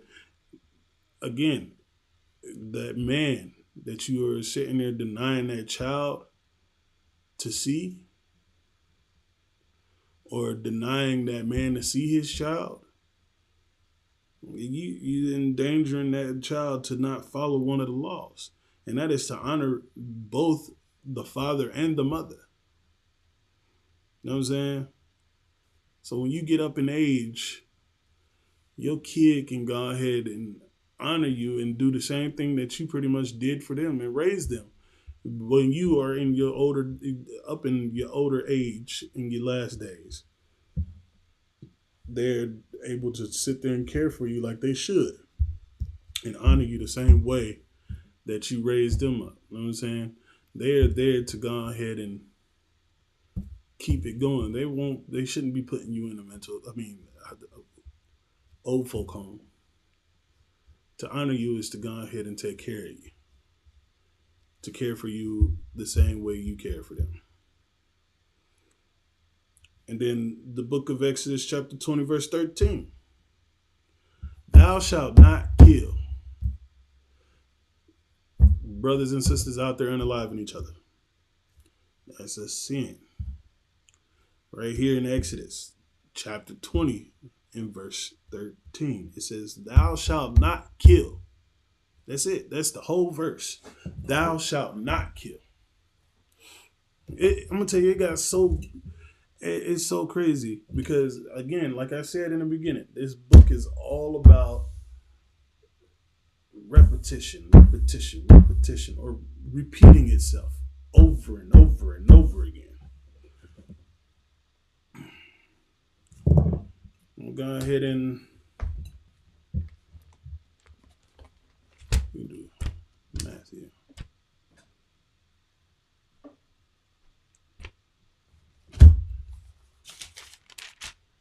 It's crazy because, like I said, 5 and 21.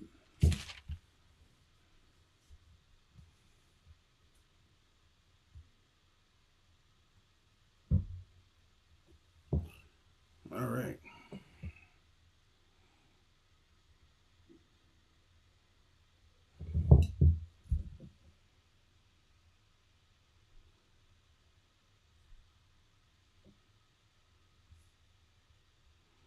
It's crazy because it's in Exodus, then Deuteronomy. Okay, so Deuteronomy chapter 5 and verse 17, and it says, "Thou shalt not kill." Again, it's just that's the whole verse. Thou shalt not kill. It had to tell you twice, and this is only in the Old Testament. I haven't even gotten to the New Testament. It's telling you, so-called blacks, Hispanics, and Native Americans, you should not be unaliving each other. Thou shalt not kill in Exodus. Thou shalt not kill in Deuteronomy. It's gotten to the point where now it's in the New Testament. Because why? Because we as a people don't listen. We have to be told multiple times for us to go ahead and understand. Now we're in the book of Matthew chapter 5 verse 21. And this is Christ speaking. Yahweh Shai Mashiach, Jesus Christ. This is him speaking. It says, "Ye have heard that it was said by them of old time." Again, back in the old Exodus and Deuteronomy, back in the old time, the Old Testament. "Thou shalt not kill."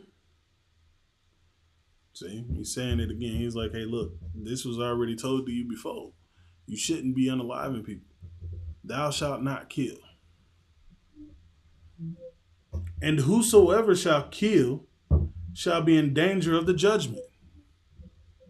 And so, unaliving your brother and sister is you gonna go ahead and be judged for that crime, because that is a crime against the law, statutes, and commandments. It's a crime. Okay, that's a transgression against the law. That is a sin. Is to unalive your brother or sister. That's what it is.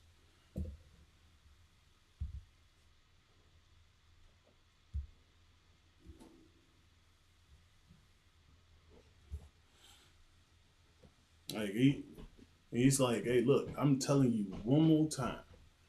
This is what you got to understand. That y'all shouldn't be killing each other.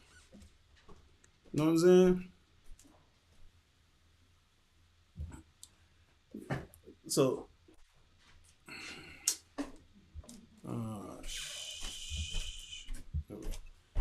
like now, look, understand this.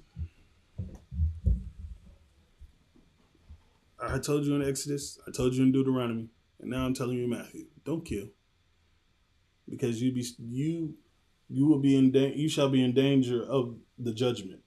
You know what I'm saying? In the book of Leviticus 19:29, he's like, look, it's been said since old.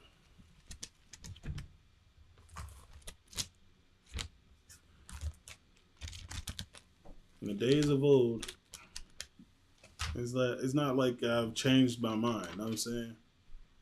Like when he said, "I have not come to destroy the law."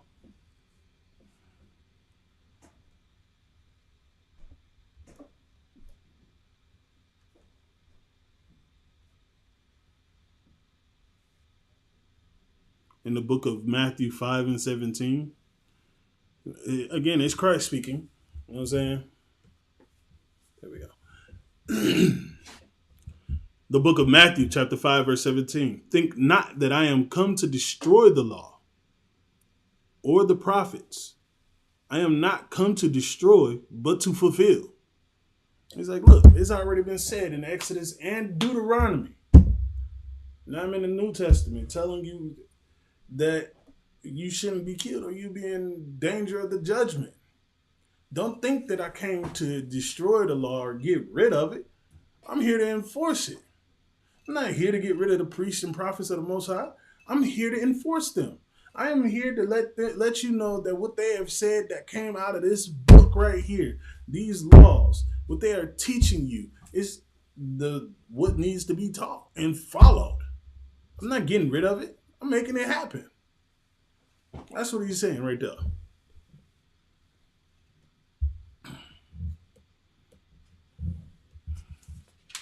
Look here. He also said, because I know brothers like to be pimping, and like to sit there and abuse the women. You can't do that. That's also a sin. You can't make our women sell their body. You can't make our women into whores. You know what I'm saying? Women, you shouldn't be trying to be whores. I understand that you think that that's the only way to make a living. There's other ways that you can make a living besides selling your body. Come into the school. We will teach you what you need to be taught. We will help you with what needs to be helped with. You don't have to resort to going out and selling your body. You don't have to do that.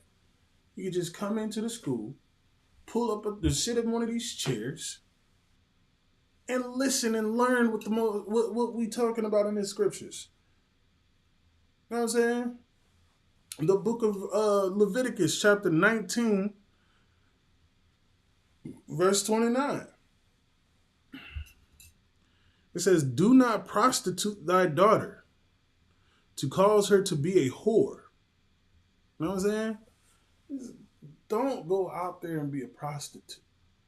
Men, don't make your sisters and daughters or the blacks, Hispanics, and Native American women go out there and be prostitutes. Don't let them do it. Don't make it to the point that they have to. Brothers, find you a couple of ribs and help them out. Women, find you a husband. Again, I said a husband. And let him lead your household the way it should be led.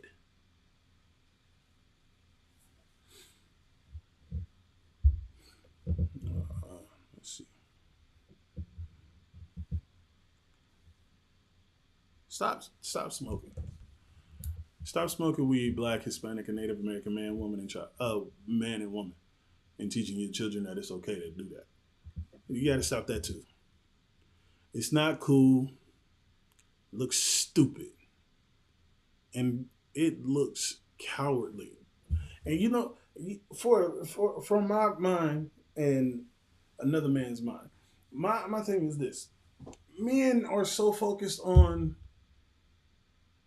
how things sound and what is said, to the point where they're trying their best not to sound or look gay. You know what I'm saying? They say something very sus, they be like, pause. You know what I'm saying? But you think it's okay to take this object, suck on it, and get pleasure from it. Where's the pause there? You have to sit there and suck on something to get pleasure from it. Yes, that's what you look like, smoking weed. Because the way you get high is you have to suck on one end and get what's coming out of it to go inside your body for you to feel good. I see women doing things like that to make them feel good. Know what I'm saying? Same difference. You pretty much doing the same thing. Where's your pause at on that? Where is that? Oh man, that looks gay, man. Yeah, that's very sus. Where's that at? Because you sit there and you do it every day. I understand you sit there and go for it just so you can escape the reality that you are in right now. But it still looks sus and it not what a straight man should be doing. I'm telling you, I'm not second on anything to make it to get pleasure from it. I'm not about to do that. It's very sus. You know what I'm saying?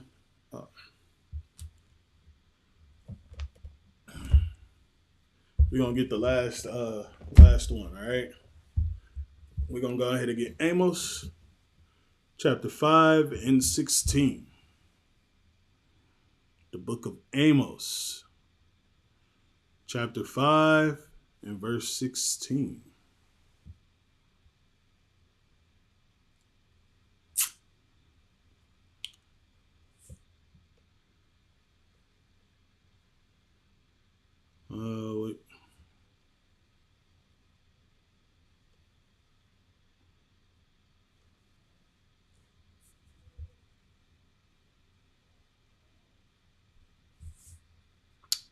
Give me 1 second.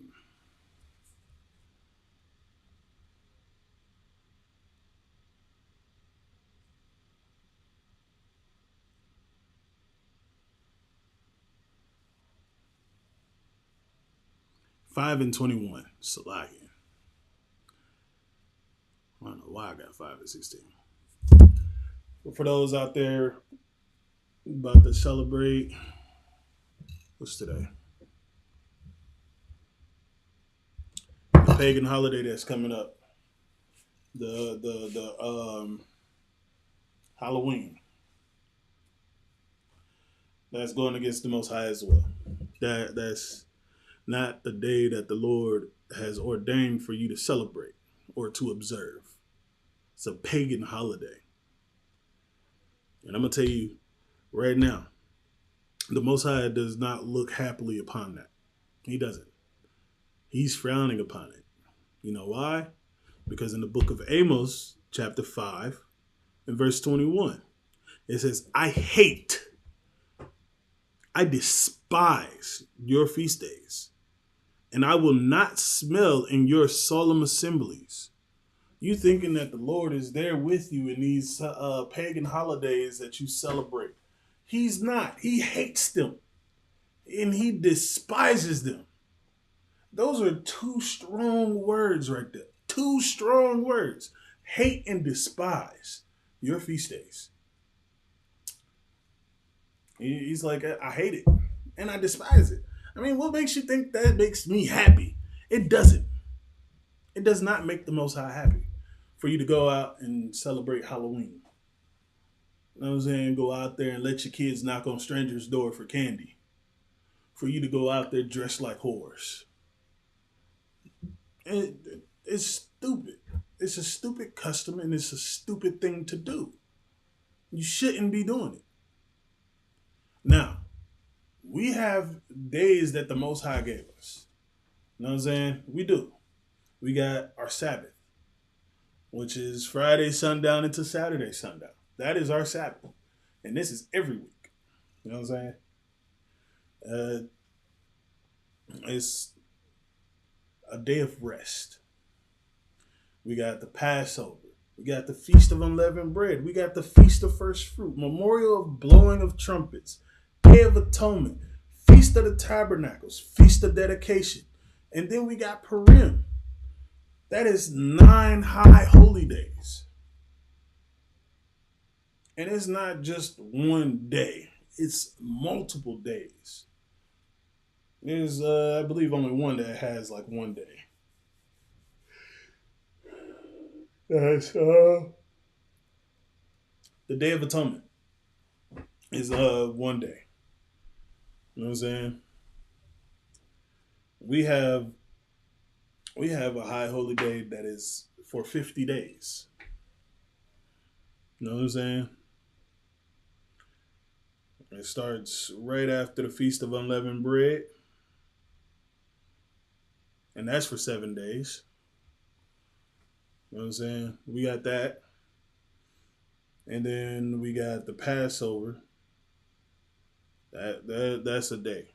So we have the Passover. That's a day. That's another one. That's a day.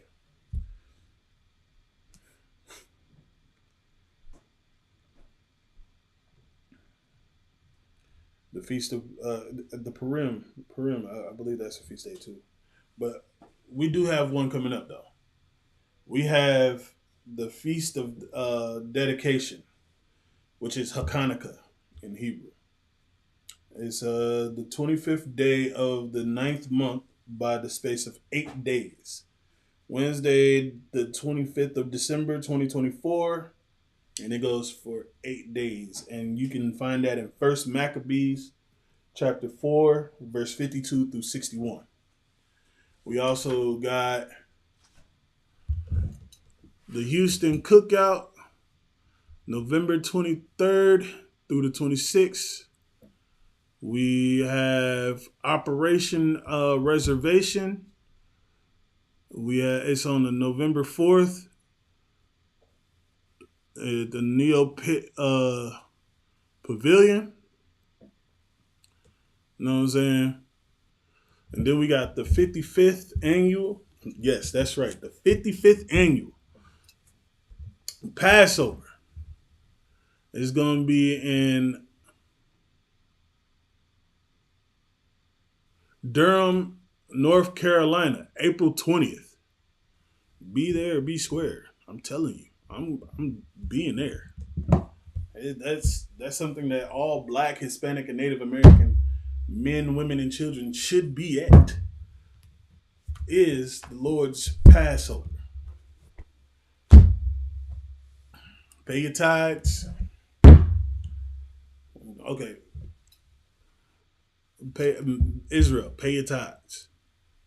Come to class. If you want to be a new trooper, dress in all black, pants, boots, scarves, shirts. You know what I'm saying? Um, with that, we are the Israelite School of Universal Practical Knowledge under Commanding General Yohana. Been around since 1969. Started at 1 West 125th Street, Harlem, New York. We are not affiliated with any other Israelite group or organization. And that's my time. Shalom.